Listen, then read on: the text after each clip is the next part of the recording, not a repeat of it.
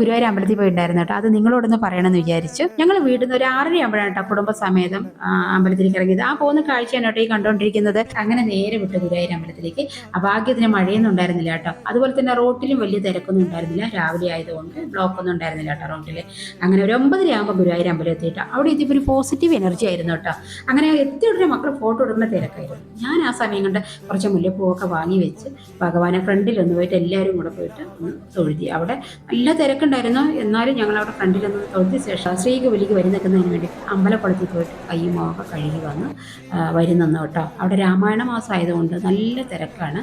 ഒരു 3 മണിക്കൂർ ഞങ്ങൾക്ക് വരി നിന്നിട്ടാണ് ഞങ്ങൾ ദർശനം കിട്ടിയത്. അങ്ങനെ ഭഗവാനെയൊക്കെ കൺകുളിരെ കണ്ട് നമ്മുടെ വിഷമങ്ങളും സങ്കടങ്ങളെല്ലാം പറഞ്ഞ് കണ്ടിട്ടും മതിയായില്ല കേട്ടോ. അതെല്ലാം കഴിഞ്ഞ് ഞങ്ങളെ പ്രസാദം വാങ്ങി നേരെ ഇറങ്ങി.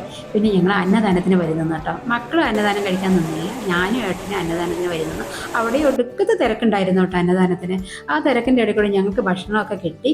അതെല്ലാം കഴിഞ്ഞ് ഞങ്ങൾ മമ്മിയൂർക്ക് പോകേണ്ട ചടങ്ങുണ്ടല്ലോ ഗുരുവായൂർ വന്നു കഴിഞ്ഞാൽ. അങ്ങനെ ഞങ്ങൾ മമ്മിയൂരെത്തി. അവിടെ അമ്പലം പണി നടക്കുന്നതുകൊണ്ടാണ് വലിയ തിരക്കൊന്നും ഉണ്ടായിരുന്നില്ല. അങ്ങനെ ഭഗവാനെയും ദർശനം കിട്ടി. അതെല്ലാം കഴിഞ്ഞ് അവിടെ പ്രസാദം വെച്ചിരിക്കുന്നു കേട്ടോ. അതെല്ലാം എടുത്ത് കഴിച്ച് കുറച്ച് അവിടെ ജസ്റ്റ് ഒന്ന് ഇരുന്ന ശേഷം ഞങ്ങൾ അമ്പലത്തിൽ പോകുമ്പോൾ തന്നെ പറഞ്ഞിരുന്നു നമുക്ക് ചാവക്കാട് ബീച്ചിലും കൂടെ പോയിട്ട് വരാമെന്ന്. അങ്ങനെ ഞങ്ങൾ ചാവക്കാട് ബീച്ച് എത്തിയിട്ട് അവിടെ എത്തിയിട്ട് വേലിയേറ്റ സമയമായിരുന്നു കേട്ടോ. തിരമാലകളൊക്കെ ഇങ്ങനെ അടിച്ചു കയറി വരുന്നു.